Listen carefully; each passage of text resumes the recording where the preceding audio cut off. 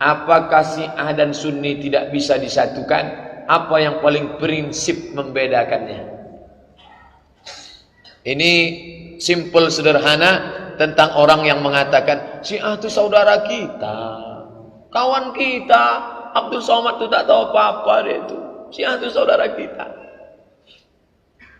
Kita sholat tarawih. Sholat tarawih, mohon maaf, bapak Syiah, saya sunnah. Kita sholat tarawih. Tiba-tiba apa kata si Bilal? Al-Khalifatul Awal Abu Bakrin Siddiq. Apa kata saya? Radhiyallahu an. Apa kata Syiah? Laknatullah alaih. Kalau ada orang berkawan setelah itu, kau laknat tadi Abu Bakar ya? Enggak apa-apa, kita berkawan. Kata Syekh Yusuf Qardawi, aku lama, Syekh Yusuf Qardawi lama ikut namanya takrib, dialog Sunni Syiah.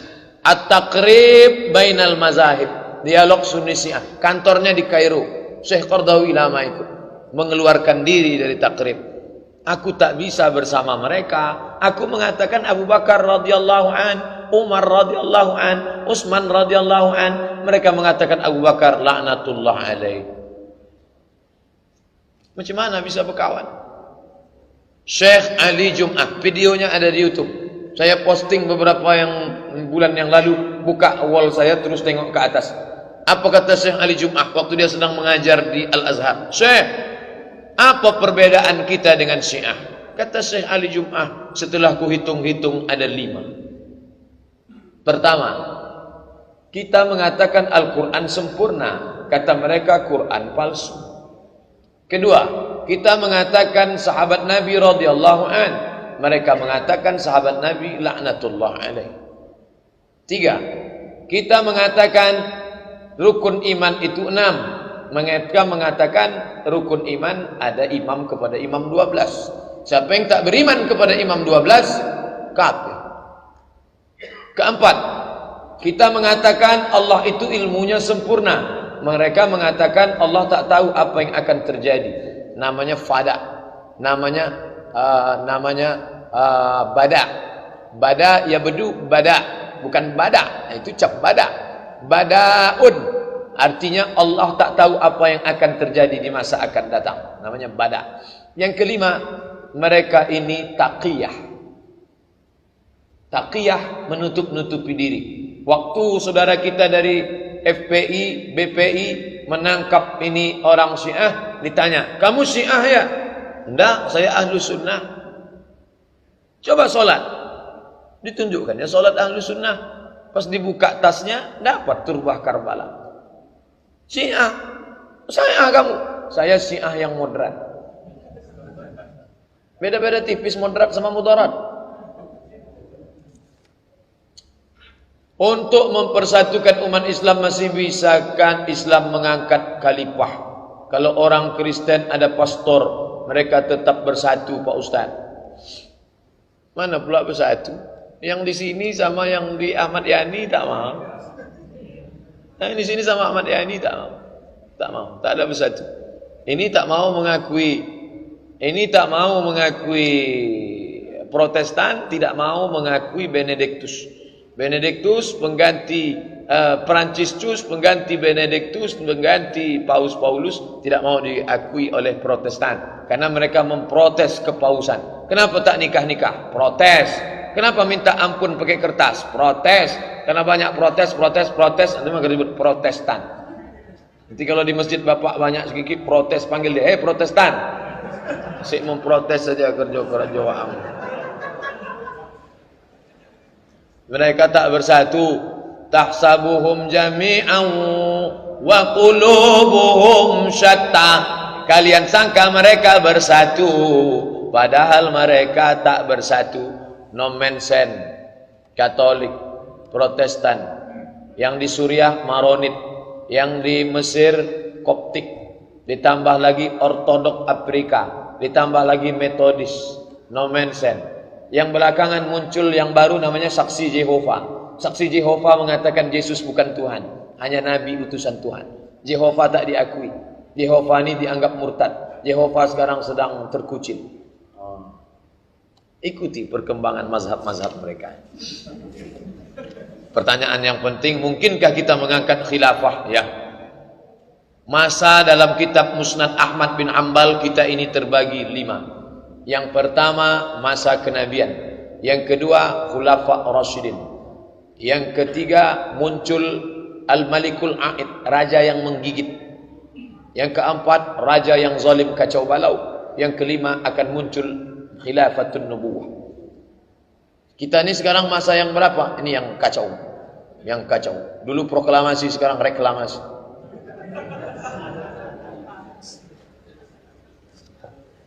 Banyak dari ayat Quran dan hadis yang mengatakan kewajiban berdakwah. Apakah setiap orang wajib berdakwah? Bagaimana jika seorang muslim tidak mempunyai cukup ilmu untuk berdakwah? Ud'u ila sabili rabbik. Ajaklah orang ke jalan Tuhan. Dalam Islam tidak ada namanya holy man, tidak ada biku, tak ada biksu, tak ada pastor. Mengajak ke jalan Allah kewajiban setiap orang. Suami ngajak istri, istri ngajak suami, istri ngajak anak, kawan ngajak kawan, tetangga ngajak tetangga. Friend, ayo kita sholat yuk. Usah kau ajak aku, kau kan bukan ustaz. Emangnya kau LCMA? Ini kan tugas ustaz. Sekolah di Mesir. Saya dari ITB. Insinyur kan? Iya, urus saja mesin-mesinmu itu. Masalah ngajak itu kewajiban bersama. Tapi masalah mengeluarkan fatwa itu alim ulama. Jadi kalau ada tetangga kawan ngajak sholat berjamaah, ngetuk pintu. Assalamualaikum Pak Haji. Waalaikumsalam. Kita sudah lama mencari nafkah nih Pak Haji. Sisakanlah waktu untuk di jalan Allah. Ayolah ke masjid. Tutup pintu. Oh, cakap kasar lagi. Ajak aja anak istrimu. Kau bukan ustaz. Siapa kamu? Baru ke India, Pakistan, Bangladesh sudah berani ngajak-ngajak saya. Ini orang meluangkan rezekinya. Mereka datang itu dengan titik puluh keringatnya, meluangkan waktunya, meluangkan kesempatan dengan anak istri berkumpul, diluangkannya itu untuk mengajak orang ke jalan Allah. Mereka sedang berdakwah. Mereka inilah yang dai. Maka kalau disebut dai kita Ustadz Abdul Somad, enggak. Abdul Somad tidak pernah mengajak orang ke jalan Allah. Abdul Somad menceramahi orang yang sudah di dalam masjid. Masyarakat ini 10, yang ke masjid itu 5, yang rajin sholat subuh itu 2, yang 2 inilah yang diceramahi semua. Inti, ini Densus 99 semua ini. Pasukan khususnya itu. Yang berdakwah itu mana? Yang masuk ke kampung-kampung. Yang masuk, insya Allah nanti kita akan ajak adik-adik kita yang berdakwah di pedalaman suku Sakai, Talang Mamak, Talang Perigi, suku Akit, suku Laut. Mereka inilah yang dai-dai. Dia tidak LCMA, dia tidak profesor doktor, tidak pernah ke Kairo, ke Makkah. Tapi mereka mengajak orang dari jalan setan ke jalan Allah, dari menyembah hantu kepada menyembah Allah. Inilah dakwah. Masalah mengajak kewajiban bersama. Tapi kalau sudah bicara hukum, tanyalah Dr. Mawardi Muhammad Saleh dalam acara Mufti menjawab. Tanyalah Ustadz Mustafa Umar, tanyalah para ahli fikih kita. Bedakan antara menjawab fikih dengan masalah mengajak. Ajak mengajak, tanggung jawab bersama. Masalah menjawab pertanyaan, aku cuma ngajak sholat. Kalau masalah hukum sholat, kau tanya Ustaz. Ini beda kan? Jangan, oh, ini bukan tanggung jawab kita nih. Udah ada Ustaz, biar aja lah Ustaz yang ngajak. Apa hukum kerja sebagai tukang eksekusi mati? Sementara itu tugas dari atasan. Berdosa enggak Pak Ustaz? Untuk Indonesia, biar supaya yang menembak itu tidak merasa berdosa, maka dipajang ramai-ramai, tak tahu pelurunya siapa yang punya. Jadi di situ tak dikasih tahu entah peluru siapa. Supaya apa? Supaya secara psikologis dia tak merasa bersalah. Akhirnya dia tembak. Siapa yang punya tadi? Bukan peluru aku. Aku tak tahu entah peluru siapa. Pokoknya di antara kita nih yang punya peluru. Itu secara psikologis. Tapi bagaimana dengan yang ada di Jeddah, Masjid Kisos, di Kornes, satu orang megang pedang panjang, langsung kepala, duduknya macam duduk tasyahud awal, tangan diikat ke belakang, tengkuk menunduk, macam batu di belakang, putus, menyembur darah, disemprot bersih. Saya menengok 3 kali.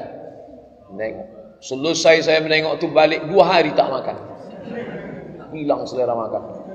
Pulang dari tempat pemotongan naik taksi, kokar, jamu panjang. Minen enta? Dari mana kamu? Ana syuftu al-qisas hadha. Saya baru nengok orang qisas. Wallahi ana ma syuftu. Demi Allah saya seumur hidup tak pernah nengok. Kalau dia kokar tu kamu. Kenapa tak nengok? Tak berani saya. Berani kali kamu. Bagaimana hukum dia itu? Dia sedang menegakkan hukum Allah. Kalau dia tak ada siapa itu? Maka dia tak boleh merasa berdosa. Dia tak boleh merasa menghabisi nyawa orang lain. Psikologis dia harus dikuatkan. Maka dia itu harus diceramahi 4 mata. Kamu sedang melaksanakan hukum Allah. Kalau tidak, kalau tidak dia nanti terasa bersalah. Aku sudah membunuh, aku sudah membunuh, aku sudah membunuh. Kita kadang motong ayam aja kita tak merasa berdosa.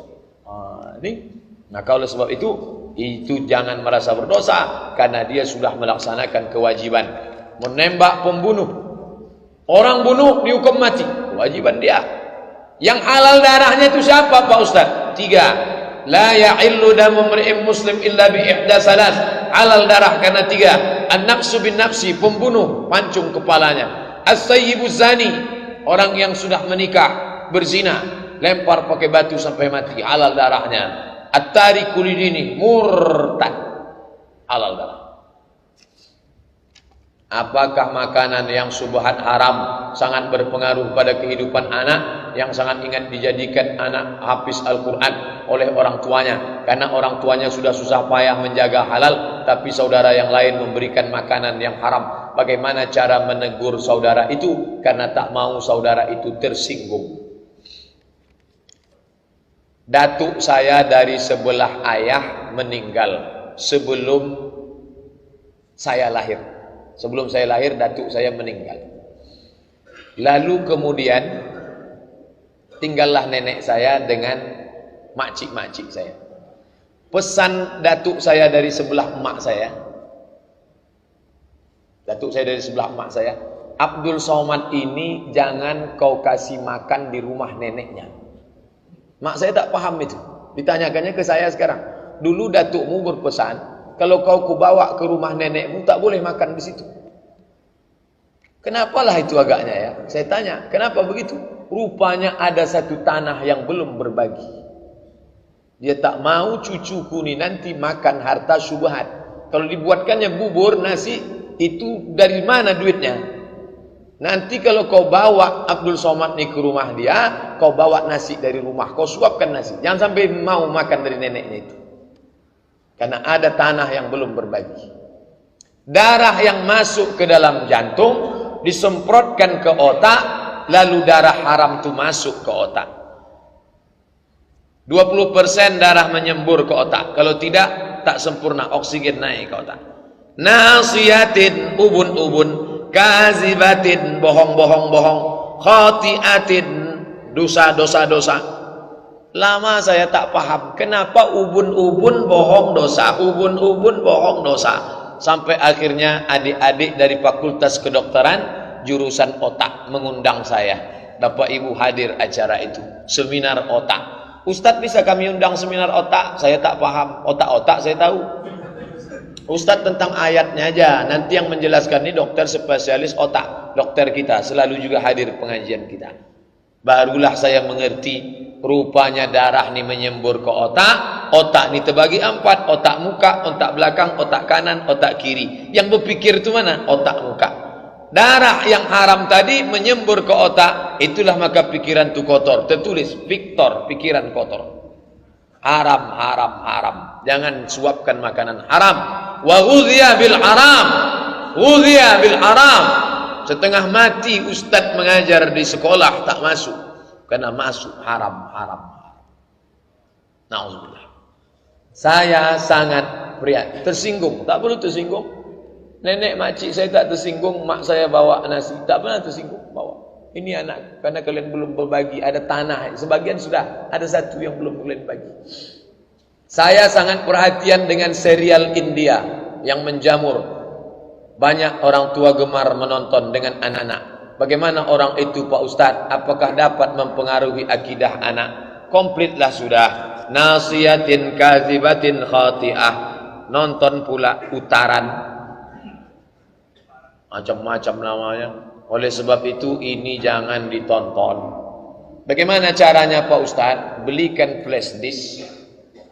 Flash disk, isi flash disk itu mengaji saja, mengaji sama nasyid. Putarkan itu, tontonkan ke anak. Terus kalau tak boleh nonton sama sekali, dia perlu juga hiburan, ngaji anak-anak qori. Bismillahirrahmanirrahim. Itu ditengoknya. Downloadkan itu Musa banyak videonya sekarang, downloadkan. Biar itu saja ditonton. Ini. Tapi begini, ini orang tuanya mesti ikut. Tak bisa anaknya suruh ngaji, kamu tonton ini ya, mama mau nengok ini sebentar. Oh, tak bisa gitu. Dia harus sama tontonannya. Dia macam bentuk memandikan kudo, bukan macam memandikan beruk. Kalau beruk ikat tali suruh dia mandi. Tidak, kalau kudo ikut kita sama. Pak Ustaz, bagaimana tauhid yang dibagi rububiyah, uluhiyah, asma wa sifat? Ini pembagian Ibnu Taimiyah. Kata dia rububiyah, uluhiyah, asma wa sifat. Menuhankan rububiyah, Allah yang mencipta, Allah yang memberi rezeki.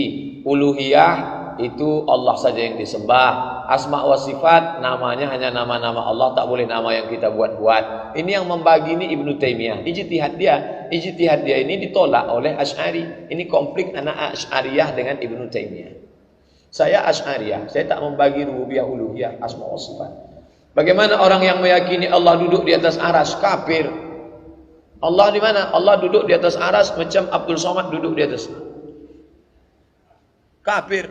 Ayat yang mengkafirkannya mana? Dua. Laisa kamislihi syai'un. Allah tak sama dengan apapun. Ayat yang kedua, walam yakul lahu kufuwan ahad. Ustaz udah bahas dalam tertulis. Sudah. Mana dia? Dalam buku 37 masalah populer, dalam judul memahami ayat-ayat mutasyabihat. Ar-Rahmanu 'alal arsy istawa. Allah duduk di atas aras. Baca, pahami baik-baik. Sudah saya tulis. Baca pelan-pelan. Besok hari libur, fokuskan satu hari untuk memahami Ar-Rahman 'alal arsy istawa yang saya tulis dalam 37 masalah populer. Pak Ustaz, saya seorang muslim karena menikah dengan seorang muslim.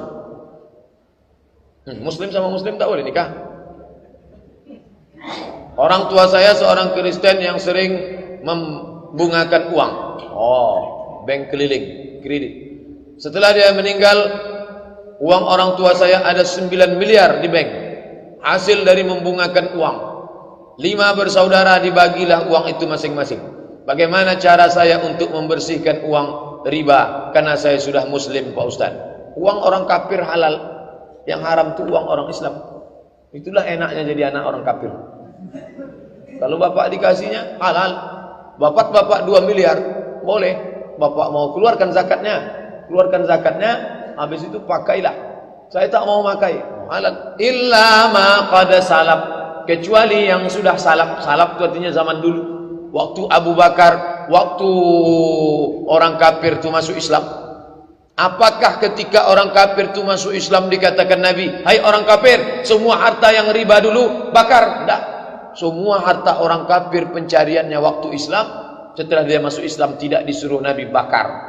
Karena dia ulang dari nol, dosanya saja bersih, tapi hartanya itu tidak diulang dari nol. Mana hadisnya bahwa Nabi menyuruh orang kafir yang masuk Islam semua hartanya? Maka harta dia itu kalau mereka membagi bapak, tak marah dia bapak masuk Islam, maka halal itu bagi bapak.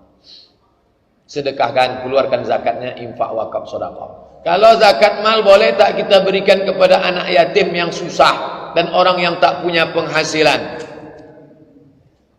Innamas shadaqatu lil fuqara, fakir, wal masakin, miskin, wal amilina 'alaiha, amil, wal muallafati qulubuhum, orang masuk Islam, wa fir riqab, budak hamba sahaya mau merdeka, wal gharimin, orang yang terlilit utang, wa fi sabilillah, untuk perang, wa benis sabil, untuk orang putus belanja.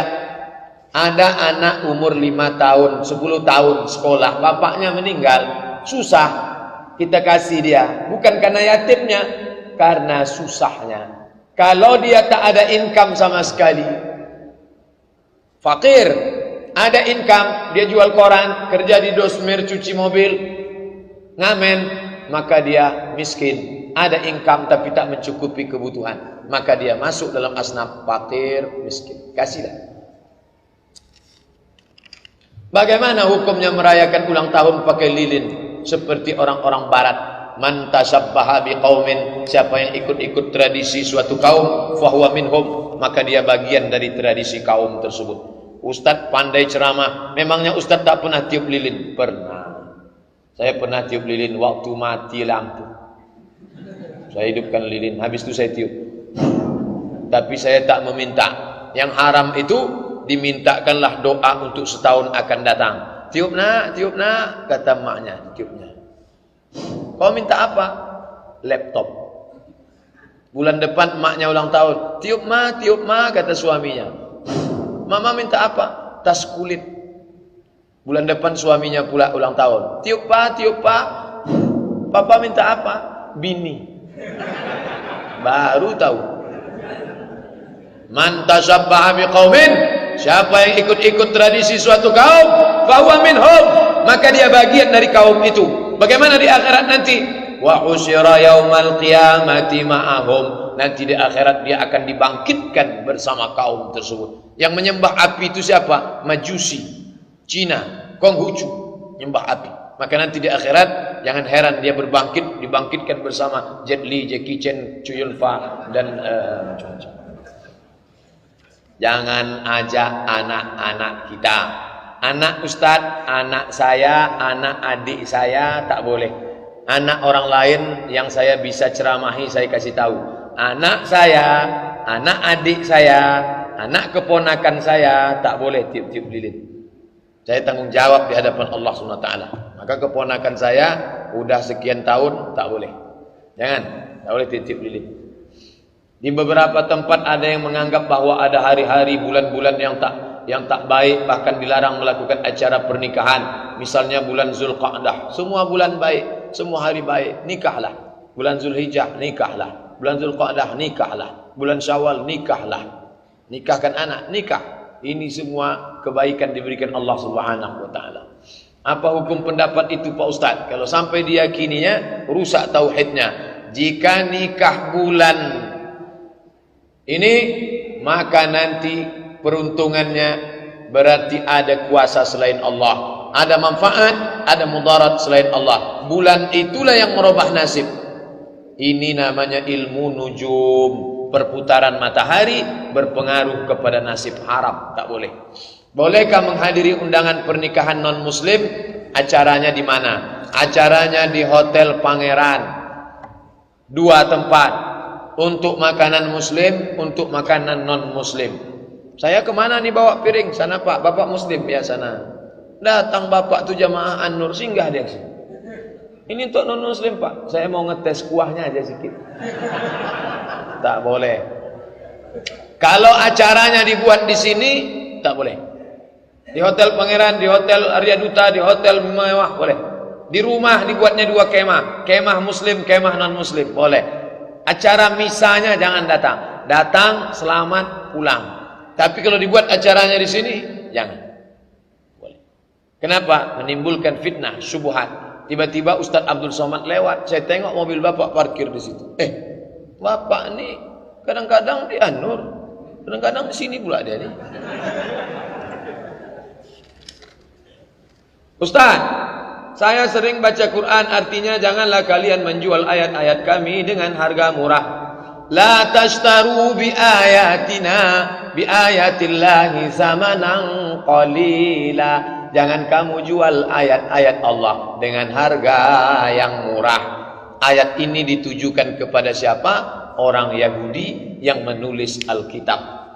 Alkitab tak boleh ditulis sembarangan, maka ditulis oleh pendeta-pendeta. Maka mereka itu disebut dengan namanya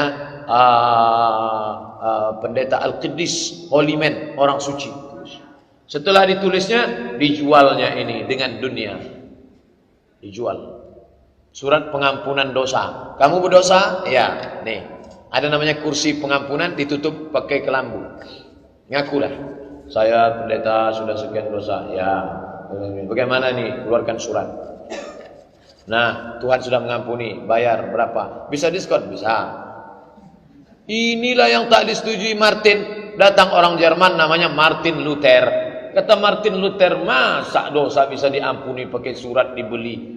Akhirnya Martin protes. Martin dari Jerman protes. Maka si Martin itu digelar orang Protestan. Martin aja tak setuju, apalagi kita. Nah, itulah ceritanya. Rupanya ini mengikut kepada orang Islam. Siapa orang Islam yang menjual-jual ayat untuk kekuasaan? Tolong Ustaz carikan dulu ayat yang kira-kira menghalalkan kerja saya nih. Oke Pak, wani piro? Nanti saya carikan dalilnya. Assalamualaikum. Waalaikumsalam. Ini Ustaz Abdul Somad. Ya, kami mau buat baleho Pak Ustaz. Terus mau kami tulis An-Nisa imadul bilad, perempuan tiang negara. Idza salaatil bilad, kalau perempuan baik maka negara jadi baik. Wa idza fasadatil bilad, kalau perempuan jahat negara jadi jahat. Hadis riwayat. Kami bingung nih riwayat siapa Pak Ustaz? Itu bukan hadis. Allah tolonglah Pak Ustaz. Ini penting untuk calon anggota legislatif kita. Itu bukan hadis. Tapi ada ustaz yang mengatakan hadis. Cantik dia. Itu bukan hadis. Sampai mati kalian cari di kitab tak akan ada. Itu bukan hadis. Itu tak siapa yang buat-buat. Kalau saya mau jahat, itu ada tuh dalam kitab sunnah. Kalian bayar aja sama saya agak 10 juta. Nanti saya carikan insyaAllah. Itulah yang menjual-jual ayat Allah subhanahu wa ta'ala. Jangan kau jual dengan harga yang murah. Seberapapun harga di dunia ini murah. Kenapa? Karena di akhirat akan ada balasan. Khairum minad dunya wa ma fiha, lebih baik daripada dunia dan isinya. Apakah dibolehkan kita bermain trading saham? Apapun nama transaksinya, sampai akhir zaman nanti terus mengalami perkembangan pesat. Maka kalau selamat dari 3 halal, tidak ada ghish, tipu, tidak ada zulm, aniaya, tidak ada gharar, gambling, ketidakpastian, halal. Kalau ada ghish, ada zulm, ada gharar, haram. Pikirkan sendiri, renungkan sendiri, ada tak yang 3 itu? Kalau ada, haram. Mustikah 3-3-nya? Tidak, ada saja 1. Gharar, gambling, ketidakpastian, ghish, tipu, zulm, aniaya, haram. Anak saya sudah meninggal dunia, innalillah. Ayah saya sudah meninggal dunia, innalillah wa inna ilaihi. Ibu saya masih sehat, alhamdulillah. Punya tanah, dapat dari warisan orang tuanya. Ibu saya masih sehat, punya tanah, dapat dari warisan orang tuanya. Tanah tersebut kemudian dibangun ayah saya rumah. Paham? Tanah punya ibu, rumah punya ayah. Apakah tanah dan bangunan tersebut menjadi warisan buat kami sebagai anak-anaknya? Tanah itu tetap punya almarhumah ibu. Karena orang menikah hartanya tidak otomatis berpindah. Jangan katakan ketika kita nikah sama istri kita, lalu kita katakan, Adinda, sejak hari ini kau adalah istriku dan aku adalah atasanmu, maka semua hartamu yang kau dapat dari bapakmu, datukmu, moyangmu itu semua sudah punya aku. Ajarkan anak-anak perempuan kita, kalau kau nikah nak, hartamu tidak jadi harta suamimu, harta masing-masing. Oleh sebab itu tanah itu punya ibu yang masih hidup. Rumahnya, nah itu terserahlah bagaimana. Mana bisa kami jual rumah tak? Musyawarah, jangan berkelahi. Wa amruhum syura bainahum. Duduk bersama, duduk. Saya diundang, Ustadz datang ke rumah kami, insya Allah datang. Saya sangka undangan kenduri makan-makan, rupanya 2 kelompok mau berkelahi masalah harta warisan. Sudah siap mau menerkam nih. Mereka cuma ngundang wasit aja di situ.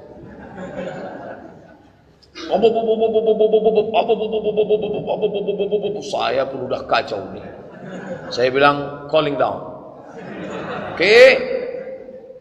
Saya diundang ke sini sebagai orang yang dianggap paham agama, maka izinkan saya bicara.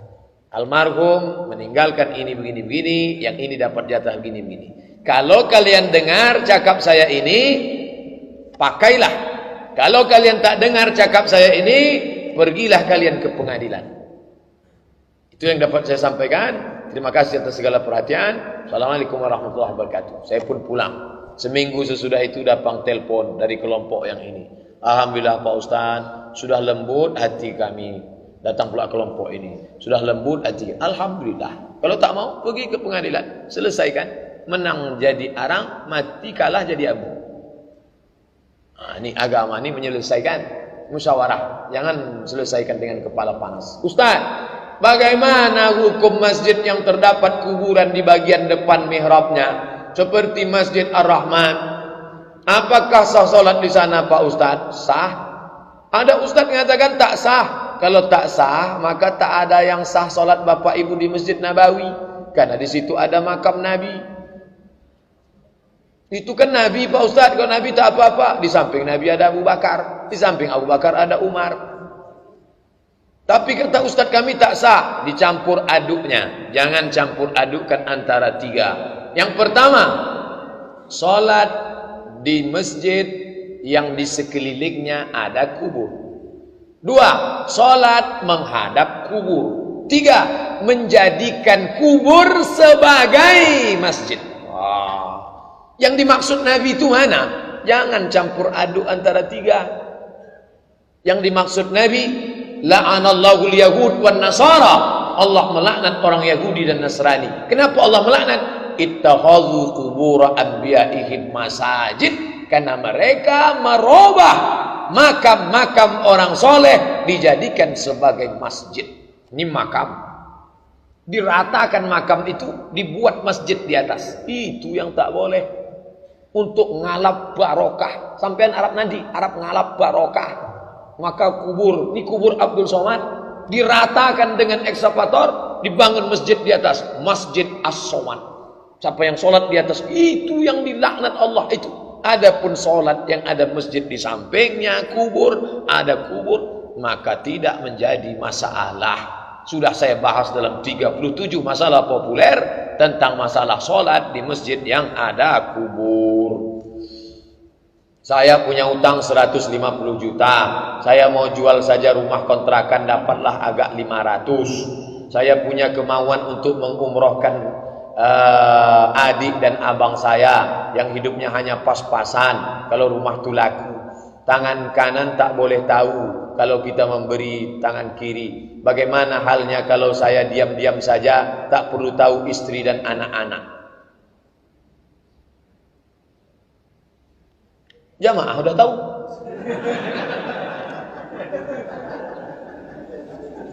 Ini masalah berumah tangga ini. Istri itu macam tulang rusuk yang bengkok. Kalau bapak paksa, nanti dia patah. Kalau bapak ikut, bapak jadi bengkok. Berapa banyak orang bengkok gara-gara bini bengkok. Tak bisa menolong saudara bengkok. Maka dudukkan bersama. Seorang ibu datang kepada anaknya, nak, aku tak ada beras mau masak di rumah, nak. Tolonglah aku kasih duit. Mak mau minjam berapa? 100.000. Tunggu ya mak, aku tanya istriku dulu. Ini kalau ada anak macam ini, kasih tahu ke saya, biar saya pukul kepalanya. Ini tak cocok diceramahi lagi. Emaknya yang mengandung dia 9 bulan 10 hari, meregang nyawa mak itu melahirkan dia. Mau ditanyanya pula bininya dulu yang jumpa dia setelah umur 25 tahun. Entah anak siapa dia, entah dia anak siapa. Hanya diikatkan dengan akad aku terima nikah dengan mahar sebetul cincin emas tunai. Oh, ini orang tak mengerti. Ustaz ini marah karena ini atau marah karena belum sarapan pagi? Jadi anak perempuan ibu kasih tahu dia, anakku, kau nanti jadi istri orang, kau ikut dia, tapi dia itu ikut maknya. Kalau sesuai dengan tuntunan syariat Islam. Anakku, kau punya 5 hak nak. Apa hakku mak? Suamimu wajib memberi kau 5. Makan, pakai, tempat tinggal, perhatian, pendidikan. Makan, pakai, tempat tinggal, pendidikan, perhatian. Masalah dia mau membelanjai orang tuanya, hasil dari usaha dia, itu bakti dia nak. Tak usah kau urus-urus. Itu disampaikan ke anak perempuan kita. Anak laki-laki kita juga didudukkan. Kau jangan diam-diam, kau mesti bicara. Ada namanya akhlak. Ini tak bisa disampaikan pada nasihat pernikahan. Petantun, petatah, petiti, pantun, petatah, petintih dari jam 7 Ustaz Somad itu datang sampai jam 9. Akhirnya barulah masuk. Jumpa itu ini segala macam kata sambutan habis. Sungkem itu ini menangis-nangis, meraung-raung, meratap, habis jam 11. Berikut ini marilah kita dengarkan nasihat pernikahan dari Al-Mukarram Ustaz Abdul Somad LC. Tak cukup, bukan begitu menasihati anak. Dudukkan dia satu hari, panggil Ustaz Mustafa Umar. Ustaz, anak saya ini mau menikah 3 hari lagi. Tolong Ustaz nasihati dia. Begitu nasihat. Dudukkan dia. Itu nasihat pernikahan itu seremonial belaka. Hanya mencukupkan penderitaan saja. Orang dari tadi menunggu makan, datanglah Ustaz Abdul Somad ceramah. Apa kata orang? Inilah pelengkap penderitaan kamu. Tuh. Bukan begitu menasihati nikah. Asal sudah 5 dikasih dia, makan, pakai, tempat tinggal, pendidikan, perhatian, maka bapak punya uang, punya harta, itu terserah bapak mau urus untuk apa, selama di jalan Allah Subhanahu wa ta'ala. Istri saya meninggal tahun 83, anak-anak masih kecil, maka pembagian warisan untuk anak-anak belum saya lakukan saat itu. Sampai sekarang tanah sekitar 500 meter persegi. Anak-anak saya sudah sukses semuanya. Saya ada keinginan membangun TK Islam di tanah tersebut. Menurut Ustaz, apakah saya wajib membicarakan lebih dahulu dengan anak-anak yang merupakan hak miliknya? Ya. Bapak duduk, kumpulkan anak-anak. Anak-anakku, dulu almarhumah emak kalian meninggalkan tanah 500 meter persegi. Sekarang tanah itu ada. Aku amanah, tak kujual untuk kawin lagi. Begitulah aku amanah menjaga harta emak kalian. Kalian kujaga, harta itu pun kujaga. Ini perlu dibangkit supaya jangan mereka nanti macam-macam. Sekarang di hari tuaku, aku ingin almarhumah dapat pahala yang baik. Kalau kalian setuju, mau kubuatkan di situ TK Islam atas nama almarhumah emak kalian, insya Allah pahalanya akan mengalir. Itu jadi amal jariah kalian. Setuju? Caranya diundang dia, cerita dulu karena mereka sudah mapan. Kata mereka setuju Pak. Anak-anaknya setuju, bininya pula tak setuju. Ini yang jadi masalah nih. Anak-anak tu bininya jangan diundang dulu. Ini karena banyak bini ini tak tentu arah. Tulang rusuk bengkok semua ini. Kalau yang mengaji ini tak bengkok, baik-baik. Ini yang tak mengaji. Kalau bapak bangun otomatis itu tak bisa, ada hak orang lain di dalam. Tapi kalau mereka izin, berapa jatah mereka? Bapak dari tanah itu, jatah bapak di dalam tanah itu adalah 1/4. 1/4 itu punya bapak. Ternyata kata mereka, Pak, kami tak sanggup itu ini. Maka bapak bangun yang 1/4 itu saja, sisanya bagikanlah kepada mereka. Merekalah pemiliknya itu. Begitu cerita. Saya umur sudah 18 tahun. Suka juga mengikuti kegiatan keagamaan. Saya suruh anak agar dia ikut di saya. Oh, maksudnya 81 tahun. Karena 18 tahun punya anak tak mungkin. Saya suruh anak agar ikuti saja, baik jamaah tabligh, jamaah salafi, pokoknya tak menyalahi syariat. Saya bilang kajian-kajian agama manapun bagus, ikuti mana-mana bagus. Bagaimana pemikiran saya nih Pak Ustaz? Bagus, tak ada salah. Cuman kalau satu tabligh, satu salafi berkelahi juga nanti dia. Banyak sudah contoh kasus. Tapi insya Allah karena bapak masih hidup, mereka segan berkelahi. Apapun nama kelompoknya, ini wasilah, jalan. Intinya bagaimana menjalankan agama Islam. Mungkin dia kenal Islam lewat pintu Hizbut Tahrir, karena orang Hizbut Tahrir yang gencar, buat website, turun ke jalan, lalu dia tertarik. Dia kenal Islam lewat PKS, dia kenal Islam lewat jamaah tabligh. Dulu waktu dia sedang mabuk-mabuk, Ustaz Somad tak pernah menceramahi dia. Tiba-tiba datang jamaah tabligh pakai sorban. Dia sedang mabuk berat ini, hidungnya bau narkoba. Datang jamaah tabligh, disumbat minyak wangi ke hidung. Pukulnya tatunya, mau kemana kamu? Mau masuk neraka ya? Tobat dia, itu pintu masuknya saja. Pintu masuknya. Setelah itu dia pun tobat nasuha, baik. Jangan bersikut-sikut di jalan. Kamu tadi ke Masjid Agung An-Nur naik apa? Naik motor, sampai. Naik mobil, sampai. Naik sepeda, sampai. Saya tadi naik pesawat pula. Jauh dari luar kota. Sampai. Itu jalan. Jangan bersikut-sikut di jalan. Berkelahi di jalan. Intinya sampai ke masjid melaksanakan syariat Islam. Selama jalan itu masih ahlus sunnah wal jamaah. Tapi kalau sudah jalan khawarij, jalan syiah, jalan mu'tazilah, keluar dari ahlus sunnah wal jamaah. Sewaktu saya masuk kerja dulu, mau tak mau harus memberikan uang untuk diterima karena ketatnya persaingan. Saya sudah bekerja belasan tahun, prestasi bagus, membuat saya punya jabatan. Saya hanya berpikir-pikir bagaimana caranya agar kehidupan keluarga di akhirat nanti. Apakah bisa bersih hidup keluarga saya jika saya melakukan sholat taubat dan sering-sering mengikuti majelis ilmu di masjid-masjid atau musola. Cerita masuknya dulu gimana? Misalnya penerimaan CPNS. Yang mau diterima ini syaratnya IP-nya harus 3,7 dan harus sarjana teknik sipil. Tiba-tiba masuk IP 3,5 dan bukan teknik sipil. Bisa lulus karena menyogok 100 juta. Ini haram. Tak ada tawar-menawar. Haram, haram, haram. Karena dia sudah menyingkirkan si teknik sipil. Sebetulnya ada 3,7 situ. Tercampaklah dia. Tapi dia orangnya cerdas. Dia entrepreneur. Lebih kaya pula dia dari PNS. Rezeki tak berpintu. Kalau begini modelnya haram. Yang model tak haram itu gimana? Syarat teknik sipil. Memang ijazah teknik sipil. Syarat IP 3,7. Memang sudah 3,7. Mesti menghonor 5 tahun. Memang sudah ada ijazah honor 5 tahun. Tiba-tiba waktu melamar, apa kata si penjaga? Kamu serahkan 5 juta. Kalau tak kamu serahkan, saya tak kasih. Nah, itu boleh dia kasih 5. Kenapa? Dia mengambil hak dia. Itu tak haram. Tapi penjelasan ini mesti dengar baik-baik. Kalau tidak nanti muncul isu Abdul Somad menghalalkan korupsi. Menghalalkan sogok menyogok. Ar-Rashi wal Murtashi finar. Tengok dulu kasusnya. Memang IP dia 3,7. Memang dia sudah menghonor 5 tahun. Memang dia sudah sarjana teknik sipil. Hanya saja si penjaga ini mengatakan, ini gulai, dia suka pegang sendoknya. Ini punya kamu memang. Iya, marilah kasih ke piring saya. Wani piro sampean. Mau berapa?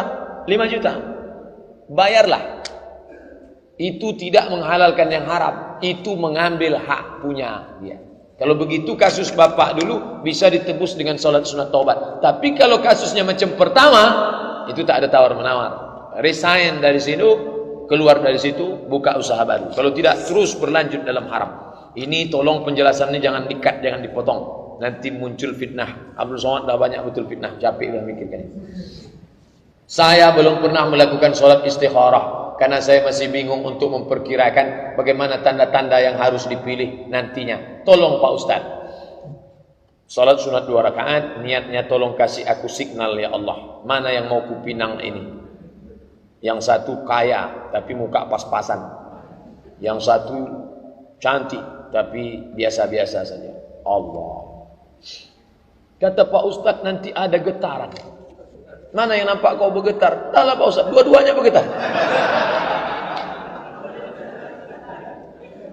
Di saat tenang dalam tak ada signal. Kalau kepada Nabi namanya wahyu, kalau kepada orang namanya ilham. Apa itu ilham? Isyaratun khafiyatun yuqzafu fi qalbi abdi. Satu isyarat yang halus masuk ke dalam hati hamba. Tak bisa pada saat ramai, pada saat tenang suruh datang. Tanya pendapat orang, garis kertas ini 2, garis 2. Plus minus. Kalau aku putuskan ini untung. Ini rugi-ruginya. Sekarang aku bingung, aku mohon petunjukmu ya Allah. Allah akan berikan. Janji Allah. Nabi berjanji, kalaulah itu tak ada, berarti Nabi pembohong. Kalaulah itu tak ada, berarti batal ayat. Walladzina jahadu fina. Orang yang bermujahadah mencari jalan kami. Lanahdiyannahum subulana. Kami akan menunjukkan jalan kami. Tinggal 1 lembar lagi. Karena rumah saya dekat musola, maka saya melakukan sholat rawatib selalu di rumah. Kadang-kadang ada juga terjadi menjelang sampai di rumah, angin keluar, saya ambil wudhu lagi. Apakah boleh Pak Ustaz? Sholat sunat rawatib di rumah bagus. Nabi sholat sunat rawatib di rumah. Jarak rumah Nabi ke mimbar 25 meter. Ini mimbar, jalanlah 22 meter. Oh, 22 meter itu rumah Nabi. Kalau ada rumah bapak 22 meter dari mimbar, sholat lah. Atau dia dekat pakai sepeda motor atau naik sepeda atau jalan kaki cepat, sholat sunat rawatib. Abdul Somad sholat sunat rawatib kalau masjid dekat rumah, saya di rumah. Kadang-kadang saya di masjid. Menjelang sampai di rumah, rawatib selalu di rumah. Kadang-kadang ada juga terjadi menjelang sampai di rumah angin keluar. Saya ambil wudhu lagi. Ya boleh. Rawatibnya di rumah, habis itu ambil wudhu lagi. Jangan menahan kentut. Tahan kentut sampai biru muka menahan kentut. Jumpa sama kita pun belain wajah bapak ini. Adalah Pak Ustaz. Saya bekerja sebagai manajer di perusahaan BUMN. Uang gaji, bonus dan lain-lain halal. Saya pergunakan untuk makan, sekolah anak-anak, buat rumah, investasi dan lain-lain bermanfaat dunia dan akhirat. Alhamdulillah. Sementara saya mendapatkan banyak uang juga dari kiri kanan. Setidak-tidaknya agak kelabuan lah Pak Ustaz. Kelabuan. Yang saya pakai untuk hal-hal yang konsumtif saja. Saya rencana sudah mau berangkat haji 2 tahun lagi. Sesuai porsi yang saya pergunakan jelas dari gaji dan bonus. Saya tanya, bagaimana hukum syariat agama dengan posisi saya di atas tadi? Apakah dibenarkan Pak Ustaz? Tetaplah bekerja di situ, ambillah yang halal-halal saja. Adapun yang abu-abu tadi, kalau bisa tak diambil, tak usah ambil. Tapi kalau atasan maksa, ambillah. Kalau tak kamu ambil, ini akan dikembalikan kemana? Ke negara, tak jelas itu, ini segala macam. Ambil saja. Tapi jangan bawa pulang ke rumah. Letakkan ke panti jompo, panti yatim, anak susah, fakir miskin, janda-janda tua. Janda muda jangan. Yang tua-tua. Silakan. Nah ini niatnya bukan niat sedekah. Ingat, niatnya bukan niat sedekah. Tak bisa bersedekah dengan uang haram, uang subhat. Niatnya mengembalikan uang umat kepada umat. Umat ini yang punya, ini umat ini, Pemprov ini yang punya, dikembalikan kepada umat. Hadhihi ummatum ummatakum, idhi ummatukum ummatan wahidah. Inilah ujian yang berat. Ujian menahan makan puasa banyak tahan. Ujian mendengar pengajian banyak, tapi ujian duit kanan kiri abu-abu tadi berat luar biasa. 100.000 Pak Ustaz. Haram. 10 juta halam. Serahkan ke lembaga yang dinikmati orang banyak. Terima kasih perhatian Bapak Ibu. Mohon maaf atas segala kesilapan. Subhanakallahumma wa bihamdika asyhadu an la ilaha illa anta astaghfiruka wa atubu ilaik. Wa sallallahu ala sayyidina Muhammad wa ala alihi wa sahbihi wasallam. Walhamdulillahirabbil alamin. Assalamualaikum warahmatullahi wabarakatuh.